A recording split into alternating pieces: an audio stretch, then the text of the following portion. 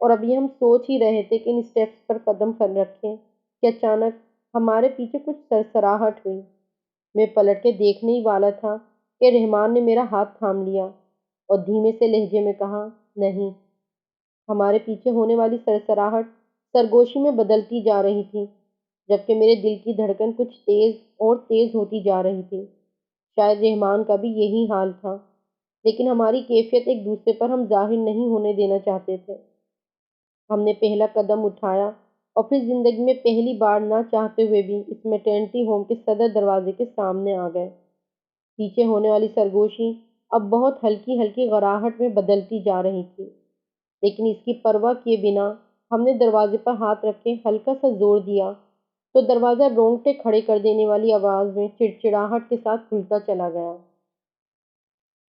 باہر پورچ میں عجیب قسم کی آوازوں کا بھیانک میلہ سا لگ گیا تھا، جس میں سرسراہٹ، سرگوشی اور راہٹیں شامل تھیں، جیسے بہت سے جانور ہمارے وہاں آنے سے ناخوش ہوں۔ میں نے رحمان کو دیکھا، جس کے چہرے پر ذرا سی بھی خفت نہیں تھی۔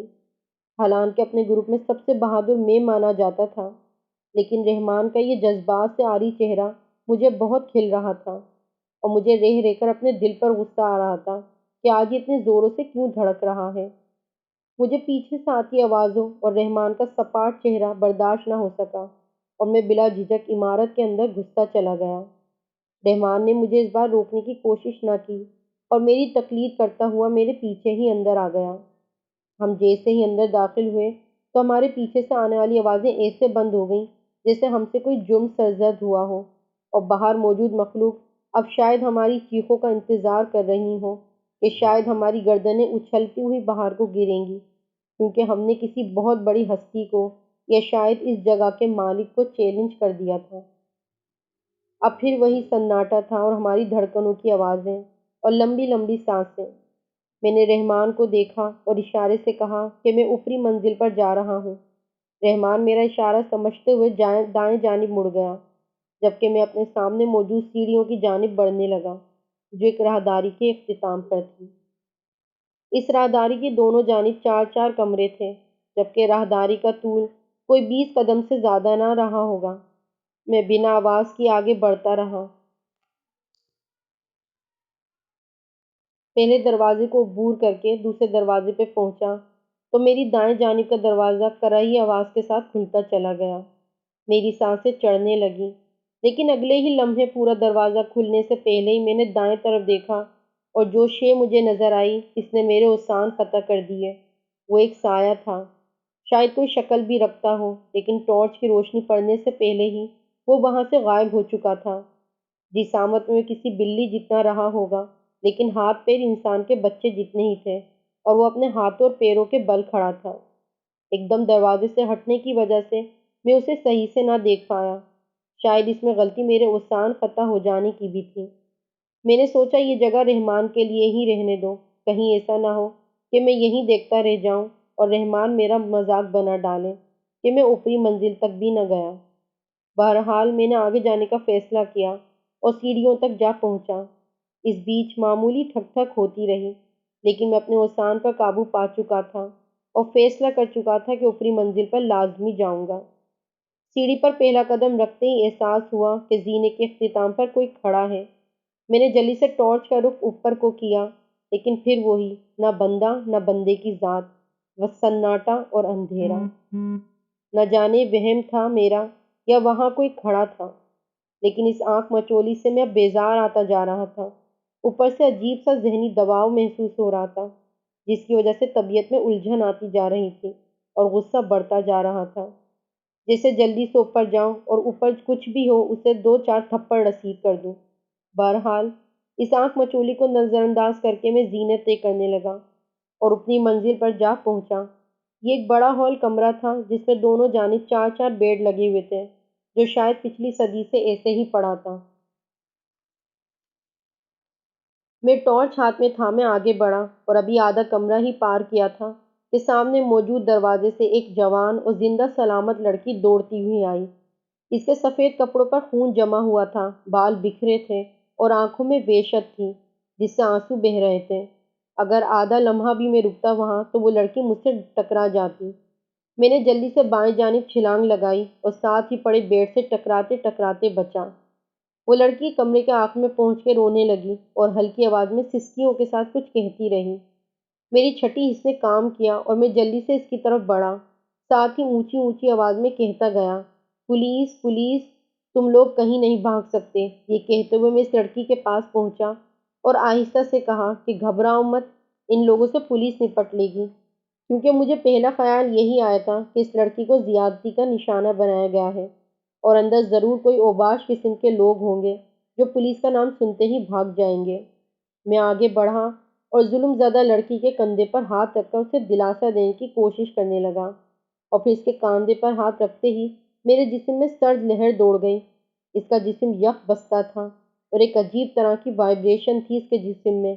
اس احساس نے میرے جسم میں سردی کی لہر دوڑا دی اور میرے جسم میں خون منجمد ہونے لگا، یا شاید خون کا دورانیہ ہی بند ہو گیا تھا، کیونکہ اس کے کندھے پر ہاتھ رکھنے سے میرا جو حال تھا وہ ایک طرف، لیکن اس کا چہرہ گھمانے سے میرا دل ڈوبنے لگا۔ چونے جیسا سفید چہرے پہ سیاہ آنکھیں اور ناک و منہ سے بہتا ہوا خون دیکھ کر میں شاید سانس لینا ہی بھول گیا تھا۔ اس نے ہونٹ ہلاتے ہوئے کچھ کہا، لیکن آواز ایسی تھی جیسے کسی نے فرش پر بھاری ٹیبل گھسیٹی ہو۔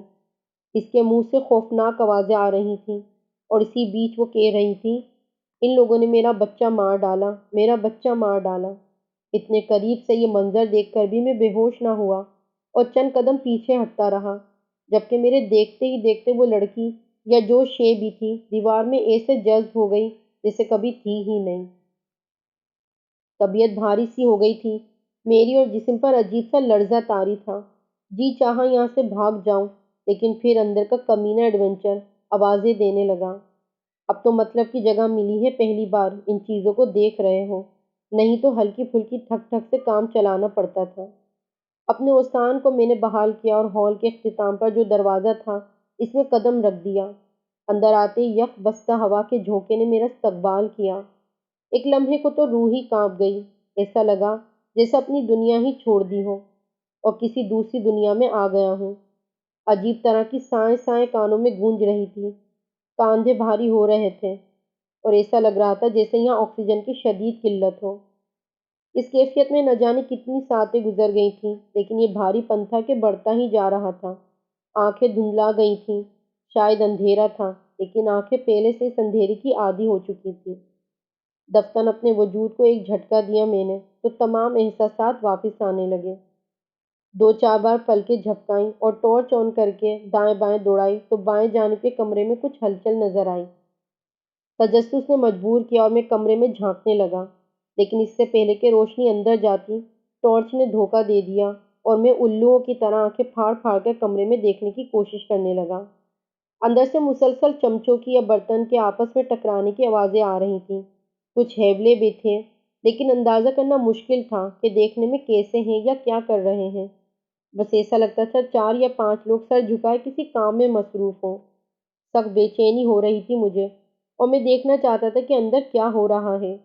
ڈر خوف کی جگہ بے چینی نے لے لی تھی اور تجسس تھا کہ بڑھتا ہی جا رہا تھا۔ غصہ آ رہا تھا اس مردود ٹارچ پہ جو اس مقام پر بند ہو گئی تھی۔ پھر اچانک ہی کہیں سے کوئی پانی کا قطرہ گرنے کی آواز آئی اور ٹارچ روشن ہو گئی، لیکن روشن ہوتے میرے اپنے دماغ کی بتی بجھ گئی اور میرے 14 طبق روشن ہو گئے۔ سامنے جو منظر تھا وہ مجھے زندگی بھر کے لیے پاگل خانے میں ڈالنے کے لیے کافی تھا۔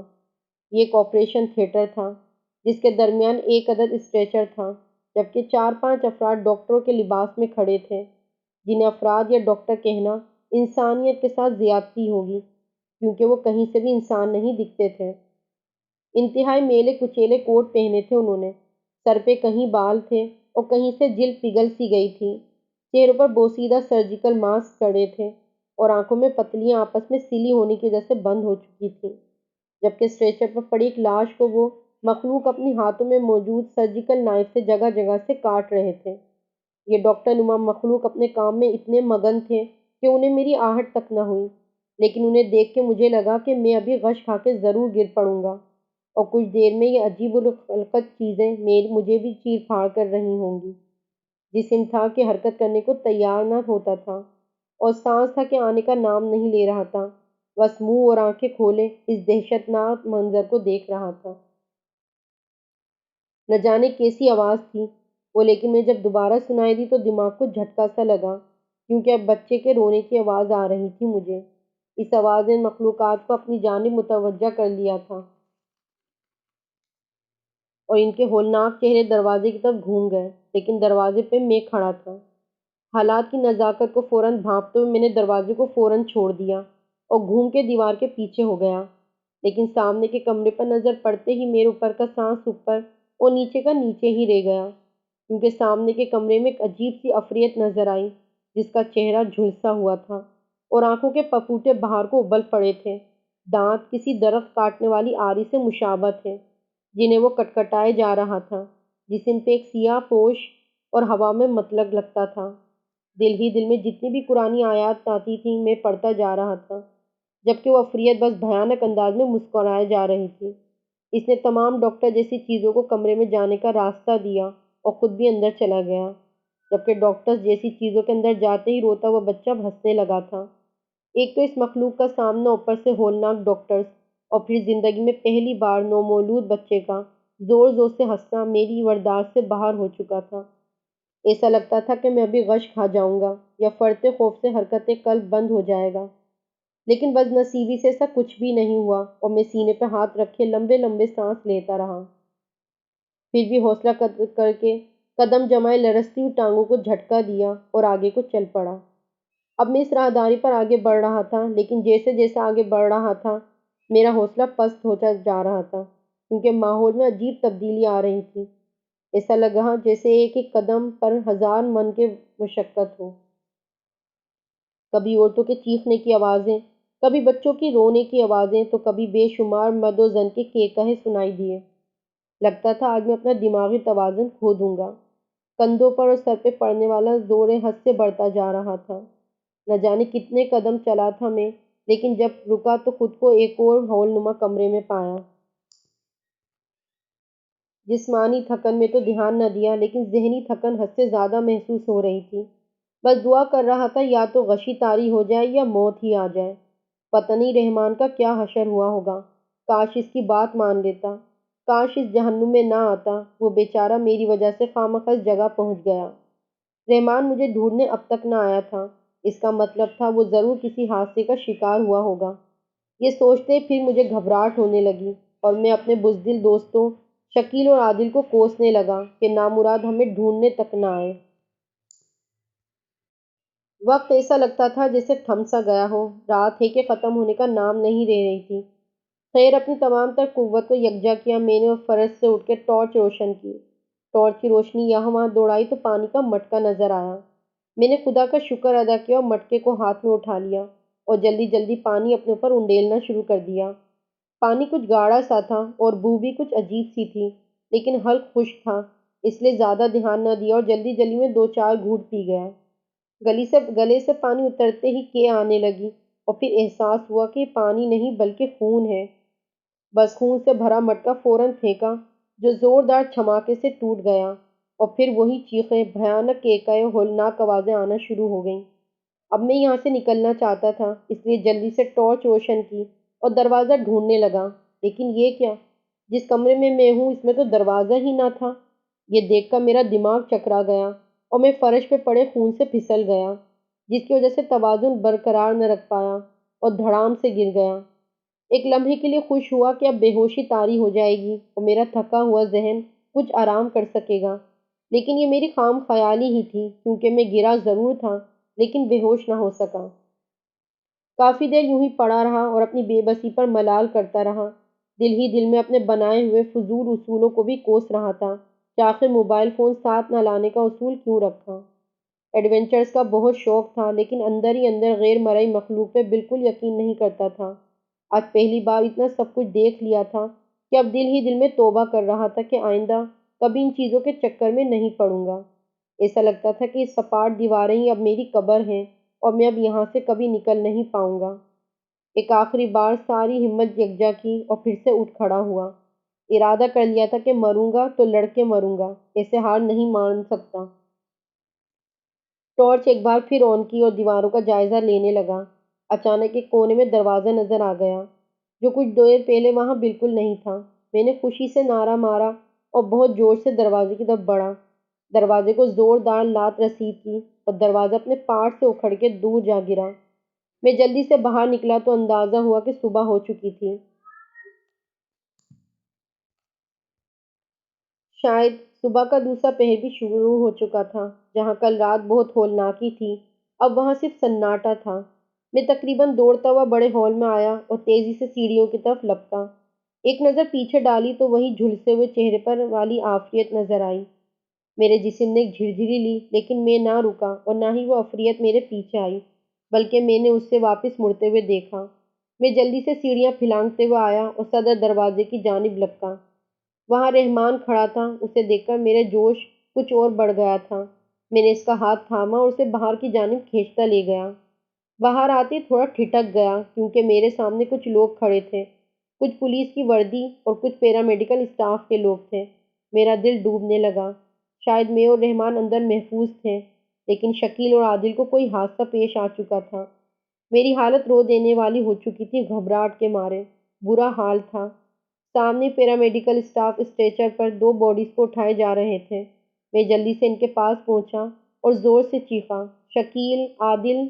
وہ لوگ میٹرنٹی ہوم کے مین گیٹ تک پہنچ چکے تھے۔ میں بھی گیٹ تک پہنچا تو جیسے میرے پیر زمین ہی جم کر رہ گئے، کیونکہ میرے سامنے گیٹ کے باہر شکیل اور عادل کھڑے تھے اور معمولی سا ہوا کا جھونکا چلنے سے لاشوں پہ سے کپڑا ہٹ گیا تھا۔ یہ میری اور رحمان کی لاشیں تھیں، کیونکہ کل رات جب رحمان دیوار سے کودا تھا تو میرے سر پر گرا تھا، جس کی وجہ سے میری گردن کی ہڈی ٹوٹ گئی تھی اور میں موقع پر ہی مر چکا تھا، جبکہ رحمان دیوار سے نکلی ہوئی 3 فٹ لمبی ایک لوہے کی راڈ پر جا گرا تھا جو سیدھی اس کے دل میں پپوست ہو چکی تھی۔ ہم رات بھر شاید عالم برزخ میں تھے اور اب شاید وہیں رہنے والے تھے۔ رحمان نے پھیسی سی مسکراہٹ دی اور سر جھکا کے چلتا ہوا واپس میٹرنٹی ہوم کی عمارت میں چلا گیا اور میں دور جاتی ہوئی ایمبولینس کو دیکھتا رہا، بنا کچھ سوچے، بنا کچھ سہے، بس خاموشی سے دیکھتا رہا جب تک وہ نظروں سے اوجھل نہیں ہو گئی۔ تو آپ کو میری سٹوری کیسی لگی؟ پلیز مجھے کمنٹس میں ضرور بتائیے گا۔